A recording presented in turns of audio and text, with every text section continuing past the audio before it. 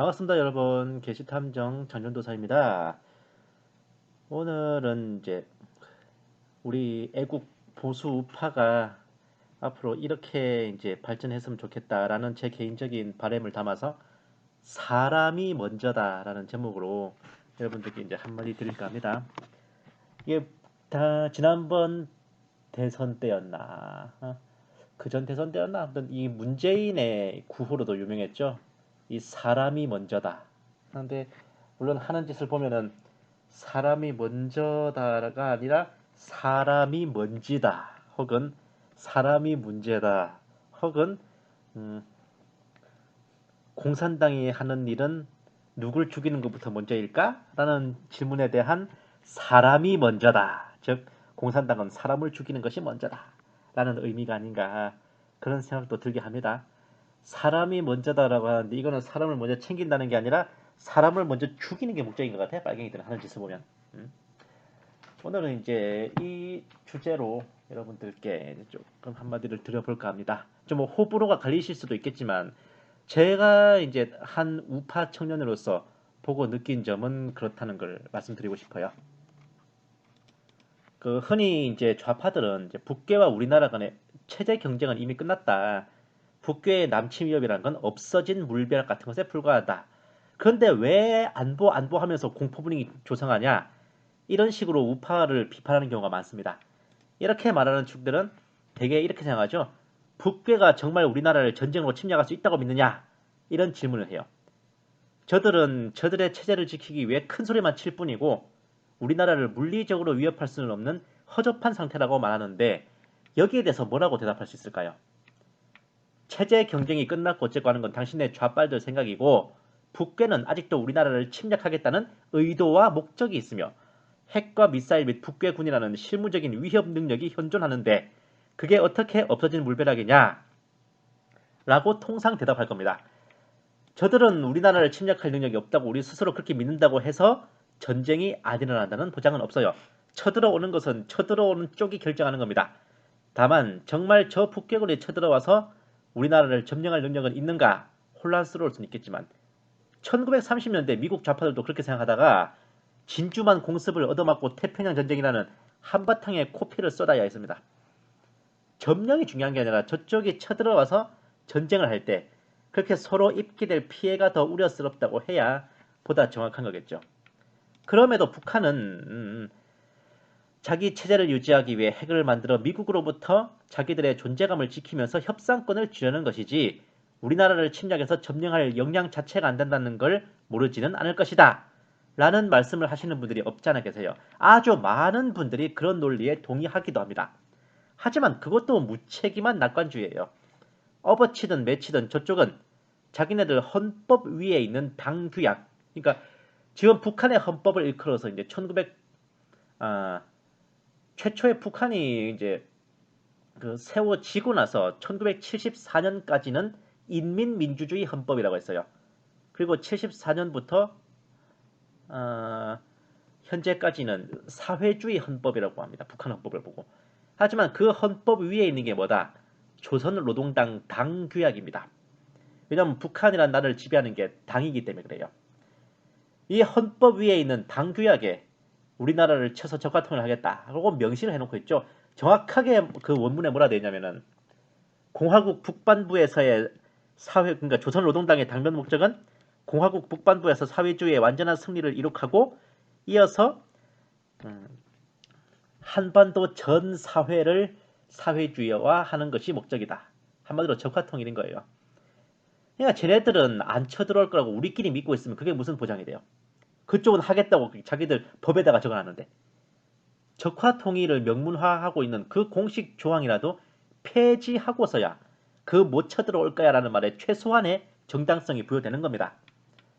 여기에 대해서도 이제 저쪽에서도 북한에 원하는 건 침공이 아니라 연방제 등 우리 정부가 자발적으로 평화조약을 맺어 미국이나 일본 등의 방해와 경계가 없이 자기들이 뽀듯한 국가로서 대접을 받는 방식이 아니겠냐. 그렇게 우리나라의 기술과 자본을 활용하면서 꿀만 빠는 방식으로. 그러니까 우리나라를 이제 삥 뜯어 먹으면서 미국이나 일본한테서는 위협은 안 받고 뭐 이렇게 이제 완전 적화통일이라고 하기엔 좀 거시기하면서도 우리나라한테 삥은 뜯는 뭐 그런 방식이 아니냐고 어쨌든 전쟁은 피하는 방식 아니겠냐라고 추측할 수는 있겠지만 그것일지 아닐지는 우리가 북한 지도부의 의중을 알 수 없는 추측이고 어쨌든 공식화된 명분은 우리나라를 멸망시키는 적화입니다.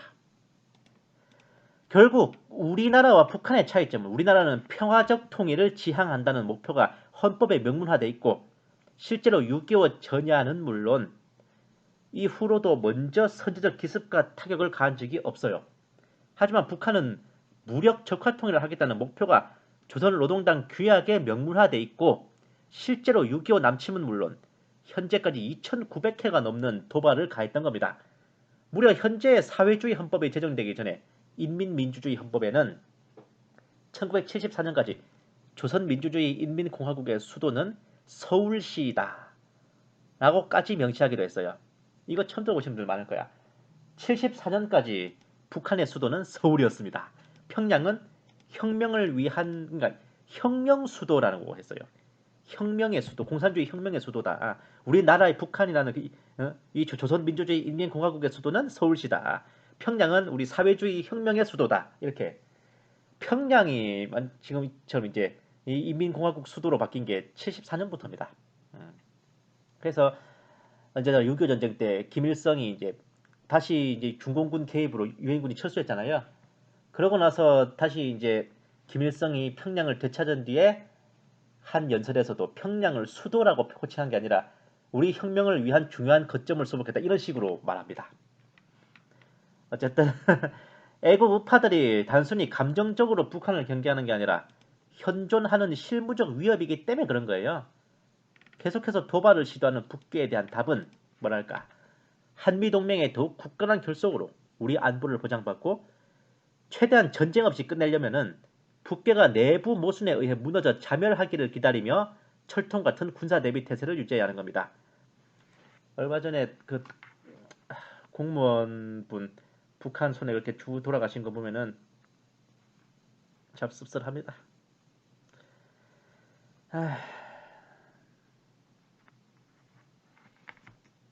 어쨌든 최소한 전제되어야 할 선결 조건은 적화 통일을 규정한 당규역의 개정 또는 폐지, 핵, 생화학 무기, 미사일 등 대량 살상 무기의 파기, 북괴군의 대폭 감축. 이거는 북한 자기들을 위해서도 이게 필요해요. 한참 일할 나이에 청년들이 죄다 군대에 있으니까 경제가 날이 갈수록 뽀개지지. 네 번째는 대남 도발 전면 중지. 근데 이 3번 같은 경우에는 진짜 농담이 아닌 게 이런 말이 이 북한 속담 중에 이런 말이 있어요. 평양 룡성 사거리에서 돌멩이 10개를 던지면은 그 중에 7, 8개는 여자가 맞는다는 말이 있습니다. 북한에 이제 통상적으로 길거리 다니는 사람들 중에 남성 인구보다 여성 인구가 훨씬 많대요. 그 나이 때 남자들이 거의 다 군대를 많이 가 있고 탈북도 많이 하고 오죽하면 이제 북괴군의 여군도 징병을 해가지고 남군이 의무복무가 10년이고 여군은 의무복무가 7년이잖아요. 우리나라 여성분들이 들으면 기겁을 하실 거예요 아마. 통일이 되면 우리나라 남녀 성비 불균형이 뚝딱 해결되는 게 바로 그 이유 때문에 그래요. 북한이 여성 인구가 우리 비율이 높거든요. 잘 알려지진 않은 사실인데 우리나라 남성 인구가 북한 인구 전체보다 많습니다. 북한이 추가 딱 떼어도 우리한테 이기기 힘든 이유가 이것 때문이기도 해요. 어쨌든 이 정도는 되고서야 그 진정성을 믿어줄 수 있는 거지. 그 전까지는 안보는 언제나 실무적인 이슈입니다. 그런데도 왜 우리 보수 우파들은 이슈마다 끌탕을 칠까? 저쪽으로부터 저 좌파들로부터 낡은 냉전 이념에 사로잡혀 공포로 국민들을 볼모로 잡는다 라는 음해를 당하고 있을까요? 더군다나 제대로 된 지도자 한 명 배출을 못해. 응? 박근혜 대통령이라는 거목이 사라지고 나니까 아주 지리멸렬합니다.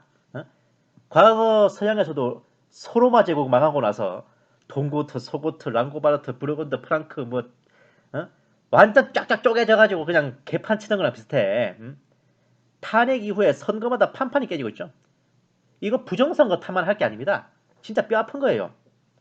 국가 안보는 물론이고 자유민주주의, 자본주의 시장경제 체제의 수호, 종북세력 척결, 보수파의 슬로건들 어느 하나도 틀린 말이 없는데 어째서 일반 국민들의 공감과 지지를 얻지 못하고 지지를 얻는 게 아니라 지지 그러고 있죠. 어째 점점 갈수록 밀려나고만 있는 걸까요? 본 게시탐정은 김진태 전 국회의원의 열성 지지자입니다. 그분의 권유로 2018년 말에 자유한국당의 책임당원으로 입당했죠. 2019년 2월에 자유한국당 전당대회에서 당대표 후보로 출마하신 김진태 의원의 선거대책본부 청년특보로 제가 활동했어요. 전당대회 이후에는 이제 자유한국당 청년국에 소속이 되어서 당 중앙청년위원회 임명이 됐죠. 그 후에 지난 총선 어간에는 다시 춘천 지역구에서 3선에 도전하신 김진태 전 의원의 선거 캠프에서 SNS 특보 및 콜센터 서포터로 제가 열심히 도왔습니다. 그러니 많지 그 지역구에서만큼은 선거 판세가 돌아가는 분위기를 흥미롭게 지켜볼 수 있었는데 당시에 상대 후보는 춘천 지역에서 2번이나 고배를 마시고 3번째 도전하는 인물이었어요. 그러니까 맨 처음에는 당내 경선에서 밀려서 후보를 못 나왔고 2번째, 3번째는 김진태 의원과 이제 2차례 대결을 한 겁니다. 더불어민주당의 춘천시 지역위원장과 강원도당 위원장을 지냈고 그 얼마 전에 이제 죽은 고 박원순 시장의 비서실장 겸 정무수석인가 하여튼 뭐 그것도 지냈던 사람이었어요. 그 사람의 슬로건은 좋은 사람 좋은 정치였습니다. 특히 2016년 선거에서는 김진태 전 의원에게 정말 근소한 차이로 패했던 인물이었거든요. 몇천 표 차이 안 났어요, 진짜. 그래서 이번 총선에서는 원래 김진태 전 의원을 지지했던 지역구들이 이제 지역구가 쪼개지면서 그러니까 원래 춘천시가 단일 지역구인데 이거를 갑을 선거구로 나눈 겁니다. 완전히 게리맨더링을 넘어서 걸레맨더링이지 이거는. 그러다가 원래 이제 김진태 전 의원에게 표가 많이 나왔던 지역들이 다른 선거구 지역구로 넘어가 버렸던 겁니다.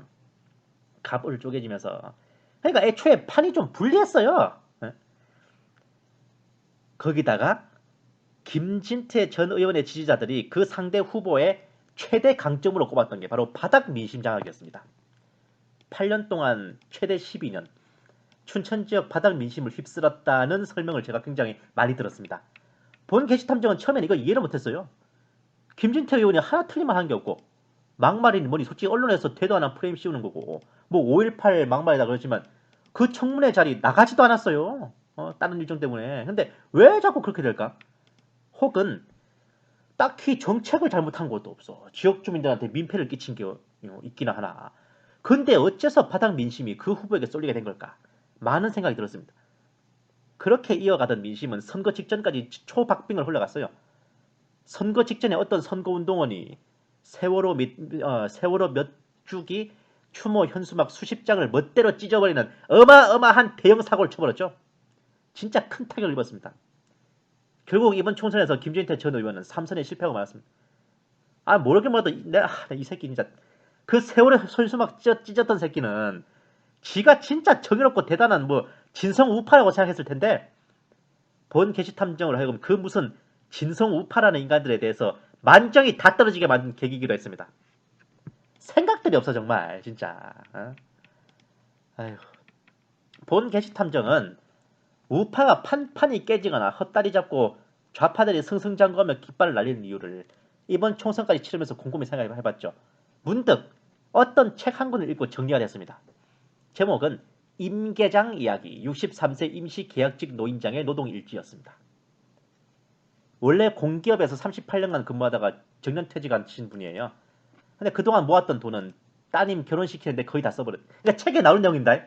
거의 써버리고 그 와중에 전세대출도 갚아야 돼요. 왜냐하면 공기업에서 근무하고 있었으니까 신용이 나와서 전세자금 대출을 받았던 건데 그 공기업에서 은퇴했으니까 이제 신용도가 달라져 버린 거예요. 그러니까 이 전세자금 대출을 조기 이제 상환하려고 막 압박이 들어온 겁니다.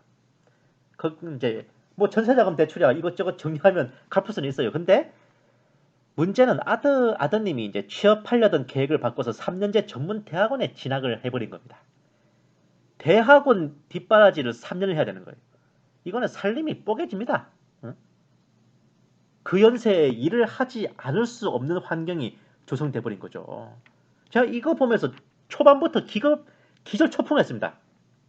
이 자식이 왼수라 그러면 너무 가혹한 거예요. 아니 진짜 책 펴고 몇 페이지 안 가서부터 진짜 가슴이 미어지더라니까. 그만큼 자녀들을 키우고 기르고 공부를 시키고 성장을 시켰는데 그것도 모자라서 그 자녀들 때문에 그 안정된 노후까지 박살이 내버려서 임계장으로 내몰리는 지경이 되셨단 말이에요. 예? 이 저자분이 처음 시작한 일은 버스 회사 배차 계장이었습니다. 임계장이라는 직책이 여기서 이제 나온 거예요. 전임자가 부당한 근로조건에 항의하다 하루아침에 잘려버린 자리에 배치된 겁니다. 진짜 네, 임계장 이야기 이거는 진짜 제가 일독을 권해요. 이거 보면 진짜 밑바닥 그 노인 일자리의 현실을 알 수 있습니다. 진짜 책 읽는 사람의 눈이 뒤집어지는 부당한 업무에 시달리더라고요. 이때부터 이 저자분의 명칭은 성이 조씨임에도 불구하고 임계장이 됐습니다. 이게 배차 계장이라서 계장이 아니라 임시 계약직 노인장의 줄임말입니다. 되게 멸칭이에요.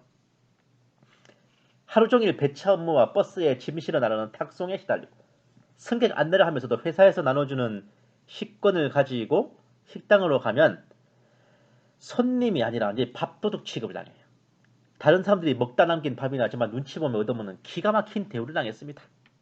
이렇게 된 이유가 또 뭐냐면은 이게 식당에서도 할 말이 있는 게 원래 그 식당 식권은 6,000원이에요. 근데 버스 회사에서 비용을 아끼느라고 배차 계장들의 식권은 4,000원으로 식당에다 갑질한 겁니다. 그러니까 식당의 입장에서는 이 배차 계장들을 보는 시선이 고울 리가 없죠. 그 밥값으로는 수도요금도 안 나와요 하면서 식당에서 손도 못 씻게 합니다. 대놓고 잔반을 쓸어모아가지고 상을 차려 내오면서도 무슨 배차 계장들이 저렇게 밥을 많이도 먹어대? 이렇게 면전에서 불평을 하는 깽판을 쳐버리죠. 아니 먹는 걸로 들으면 진짜 빡치는데 저는 솔직히 그냥 2,000원 더 내고 제대로 밥 먹고 말지 싶다가도 저럴 수밖에 없었던 그 임계장 형님의 형편이 더더욱 쓰려옵니다. 저 그냥 형님이라고 부를게요. 결국 말도 안 되는 중노동에 시달리다가 부상을 당하게 되신 임계장 형님은 업무상체에는 교통사고뿐이 아니라 회사 측에 별 미친 개소리를 들으면서 잘려버렸는데 이것은 시작에 불과했습니다. 더 비기닝. 이후에 새로 아파트 경비원으로 취직한 뒤에는 제가 이거 책 스포일러기 때문에 그냥 대충 소개할게요. 진짜 읽어보세요. 이거 정말 뼈가 아파 뼈가 아파. 이게 진짜 사람 사는 건가 싶을 만큼의 상상 초월의 갑질과 깽판이 시달렸습니다. 그냥 소설이었으면 좋겠다 싶을 만큼의 어마어마한 부당 업무와 인간 이하의 대우를 받으면서 힘겹게 일해야 했죠. 정말 북한 정치범 수용소 수기 다음으로 제가 읽으면서 빡쳤다니까요. 유명한 말입니다. 자네는 경비원도 사람이라고 생각하지. 그 생각이 잘못된 것이라네. 사람이라면 어떻게 이런 폐기물덤에서 숨을 쉴 수 있겠는가? 사람이라면 어떻게 이런 초소에서 잘 잘 수 있겠어? 사람이라면 어떻게 성면가루가 날리는 지하실에서 밥을 먹을 수 있겠는가? 자네가 사람으로 대접받을 생각으로 이 아파트에 왔다면 내일이라도 떠나게. 아파트 경비원이 사람이라고 생각하면 경비원은 할 수가 없어. 이 선배의 경비원의 말 한마디가 모든 걸 다 정리해줍니다. 그나마 한 푼이라도 더 벌려고 아파트 경비원으로 24시간 근무한 뒤에 이어서 다른 곳에서 빌딩 경비원으로 24시간 근무를 뛰는 정말 살인적인 두 탕을 뛰신 거예요. 이 임계장 형님이. 전 진짜 이거 보면서 야, 그 집 자식놈들은 뭐하냐? 아니 정말 이게 아버지 피를 뽑아서 시집가고 뼈를 뽑아서 공부를 하는 이 아들 딸들은 도대체 무엇들 하고 있는 건가? 제가 기가 막히더라고요. 그러다가 이제 이런 뼈를 깎는 노력과 정성도 관대없이 하루아침에 또 잘렸어요. 그러니까 아파트 경비원이 뭐 할 거면 관둬라, 뭐 할 거면 관둬라, 뭐 할 거면 관둬라, 관둬라고 전해라. 대체할 사람들은 얼마든지 많으니까 그냥 막 잘라버린대요. 진짜 조금만 실수하면 마음에 안 들어도. 그렇게 결국 터미널 보안 요원으로 세 번째 임계장을 시작해야 했습니다. 그러나 그곳에서도 필설로 다 표현할 수 없는 열악함과 갑질, 소름과 중노동을 당한 끝에 과로와 병마로 인해 쓰러지셨어요. 그곳에서도 물러나서 병석에 눕는 상황이 이루어졌죠. 의사 선생님 말이 정답이에요. 강철 같은 정신이 있어도 강철 같은 몸은 없다고요. 이 책을 읽는 내내 본 게시탐정은 고다자, 고르기 쉽고 다루기 쉽고 자르기 쉬운 임계장, 임시계약직 노인장들의 소름과 고생에 마음이 아리고 쓰리고 아프기 이를 데 없더라고요. 본 게시탐정 또한 여기에 정말 공감이 드는 게 아파트 경비원이나 터미널 보안요원은 아니지만 금융경비원 혹은 로비매니저, 옛날에는 청원경찰이라고 불렸던 저도 은행 보안요원 경비원이에요. 넓게 보면 이 임계장 형님의 후배가 되는 또 하나의 임계장입니다. 노인장이 아닌데 왜 임계장이냐고요? 임시계약직 장진욱이니까 내 이름이에요. 제 이름이 장진욱이잖아요. 임시계약직 장진욱, 줄여서 임계장입니다. 같은 업계 종사자로서 동병상련의 마음이 안 들 수 없습니다. 제가 언젠가 이 신세가 안 될 거라고 어떻게 장담해요? 지금도 업종 자체는 같잖아요. 임계장 이야기라는 책 한 권이지만 이것을 통해 이제 어디에나 있는 소외된 사람들, 고생하는 사람들에 대해 그동안 알 수 없었던 것들을 새로운 시선으로 보게 됐습니다. 상상을 초월하는 일들이 그동안 벌어지고 있었구나. 또 새롭게 바라보게 됐죠. 그런데 본 게시 탐정의 눈에 문득 들어온 게 있었는데 지난 총선 직후에 한겨레 매거진의 표지였습니다. 21대 국회에게 보내는 청소년, 성소수자, 학부모 1인 가구 20대 여성 배달 노동자와 함께 임계장이 명시되어 있었습니다.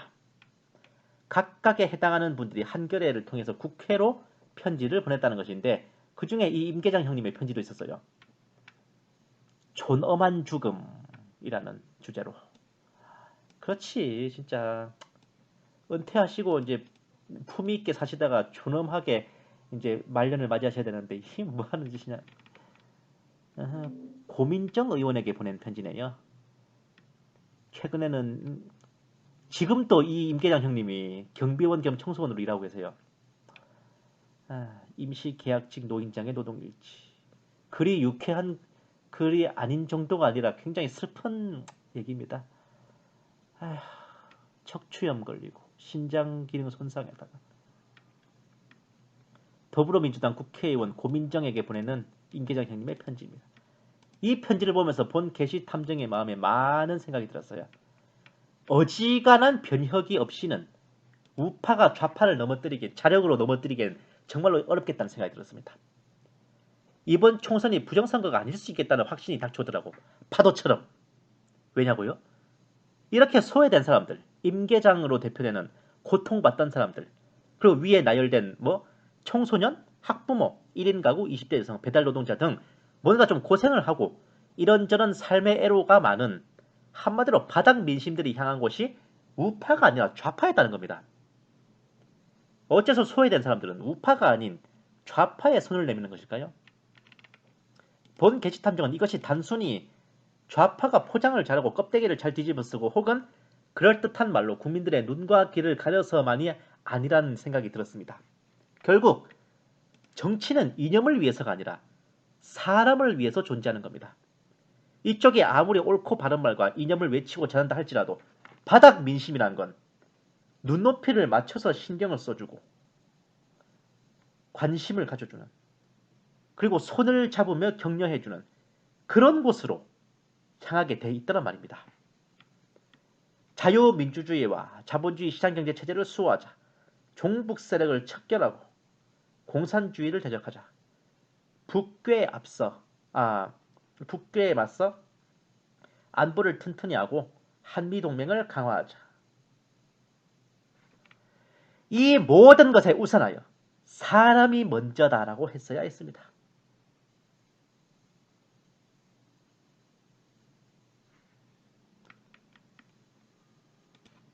평범한 사람들, 소외된 사람들, 보이지 않는 곳에서 고생하는 사람들을 향해 우리가 당신들에게 힘이 되어 주겠다라고 했어야 했습니다.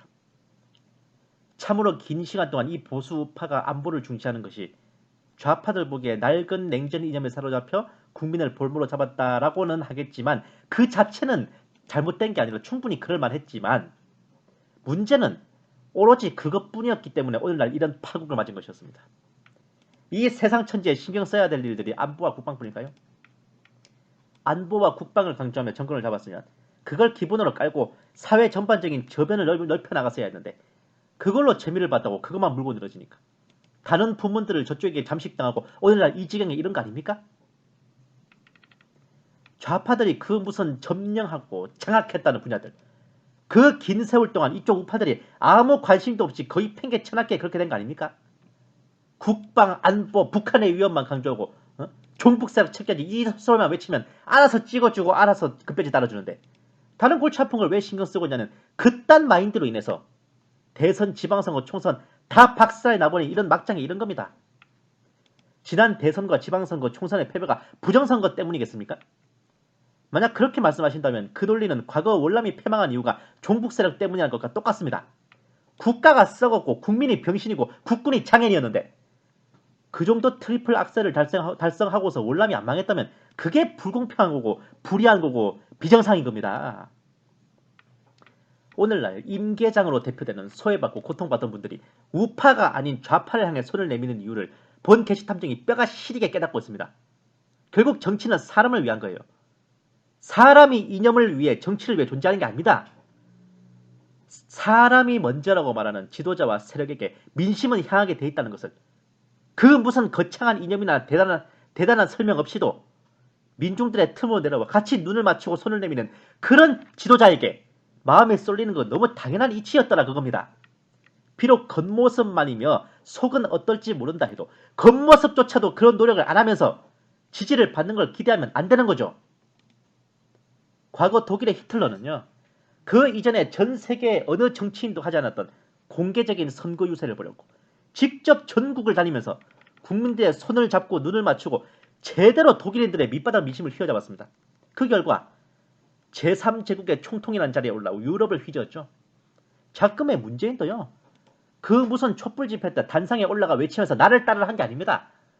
촛불 든 사람들 사이에 자기도 같이 촛불 들고 앉아있으면서 사람들의 마음을 잡았던 거예요. 보수 우파의 내로라 하는 인사들처럼 일반 국민들을 개, 돼지, 소대가리 취급하면서 가르치려 드는 게 아니라 그 국민들과 눈을 맞추고 손을 잡으며 마음을 사로잡았던 자들이 결국 밑바닥에서부터 민심을 끌어모아서 오늘날 그야말로 난공불락의 정권을 만들어내기에 이르렀으니 이게 우연한 일일 것 같습니까? 성경에서도 딱 똑같은 예가 있습니다. 사무엘하 15장 2, 3, 4절, 5, 6절까지 말씀. 압살롬이 일찍 일어나서 성문 길 옆에 서서 송사가 있는 어떤 사람이 재판을 청하려고 왕에게 오면 압살롬이 그를 불러 말하기를 네가 어느 성읍에서 오느냐 하고 그가 말하기를 당신의 종은 이스라엘의 지파 중 하나에 속하나이다 하면 압살롬이 그에게 말하기를 보라 내 일이 옳고 바르나 너를 들을 왕의 대리자가 없도다 하고 압살롬이 또 말하기를 오 내가 이 땅에서 재판관이 되었더라면 고소하고 송사할 일이 있는 사람마다 내게 올 때 내가 그에게 정의를 베풀었으리라 하더라.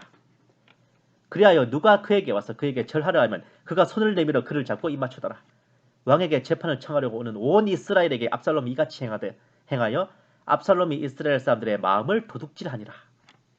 13절 한 사자가 다윗에게 와서 말하기를 이스라엘의 민심이 압살롬을 따르나이다 하니라. 전제군주의 절대 왕정이 횡행했죠. 그 고대에는 왕의 횡포가 상상을 초월했습니다. 그런데 그 어엿한 왕자가 평민 백성에게 손을 잡고 입을 맞추고 누가 절하려고 그러면 아이고 무슨 절이오 하면서 그냥 같이 막 인사를 하고 그것도 오는 사람마다 하나 안 빠뜨리고 그렇게 따뜻하게 맞으면서 억울한 사연들 들어주고 자기가 힘이 돼주겠다면서 격려를 하죠. 그걸 경험하는 백성 입장에서는요. 그야말로 한 번도 경험해보지 못한 나라를 겪어보는 거나 똑같아요. 이 압살롬이 한 행동이요. 그 당대의 왕과 왕족들의 행실에 비교해보면은 한 천년이 뭐야. 한 뭐 몇천 년을 앞서나간 행동이었던 겁니다. 요즘 시대에 국회의원 후보나 대통령 후보가 하는 행동을 그 수천 년 전에 압살롬이 한 겁니다. 아시겠어요? 그걸 겪어본 사람들은 자기가 증인이 돼, 또 이게 또 증인이 된다고.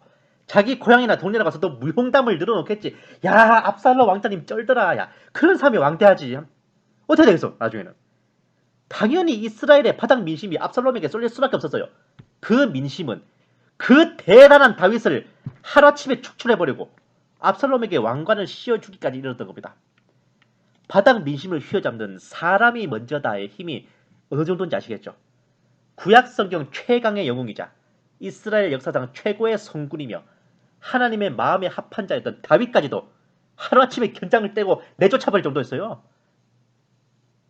다윗의 일대기 전체를 통틀어서 다윗이 가장 쪽도 못 쓰고 허망하게 밀려나는 게 이 장면입니다. 민심이 천심이란 말 진짜 괜히 나온 게 아니에요. 저들은 뒤로 딴 속셈을 품고 교언 영색한 것이겠지만 그런 모습 자체는 오늘날 우리 보수파에게도 정말 필요한 겁니다. 자유민주주의를 지키고 자본주의 시장경제 체제를 수호하자며 그 무슨 이승만 광장이라는 데 설치한 무대에 나와서 외치는 100마디보다 억울한 송사를 당하고 악법으로 인해 고통당하는 사람들을 위한 법률 지원과 법률 상담료, 그리고 그런 사람들의 권익을 지키기 위한 단체 행동과 시위, 그런 게 어쩌면요, 그 무슨 국민혁명, 문재인 탄핵하자 이런 거 내걸고 외치는 집회보다 100배, 1000배 더 국민들의 마음을 잡을 겁니다. 이념도 정치도 결국 사람을 위해 존재하는 거예요. 그 어떠한 정의와 애국도 사람이 먼저라는 걸 기억해야 됩니다. 저 불의한 자들에게 빼앗긴 그 가치를 이제는 되찾아야 하지 않겠어요? 어느 천년의 밑바닥에서부터 쌓아 올리냐고 말씀하실 테지만 그래도 하셔야 돼요. 문재인 정권, 이 좌파 정권을 축출하고 우리 뭐 나라를 회복하는 게 꼭 우리 당대가 되고 우리가 그 주인공이 돼야 된다는 법 없습니다. 우리는 그냥 밑거름이 돼서 하늘에 겨자씨로 썩어서 사라져도 돼. 우리 후대에 우리 후손 누군가는 언젠가는 우리가 뿌렸던 그 과실을 따먹을 수 있다면 그걸로 된 거 아니에요? 감사합니다. 게시탐정 장전도사였습니다.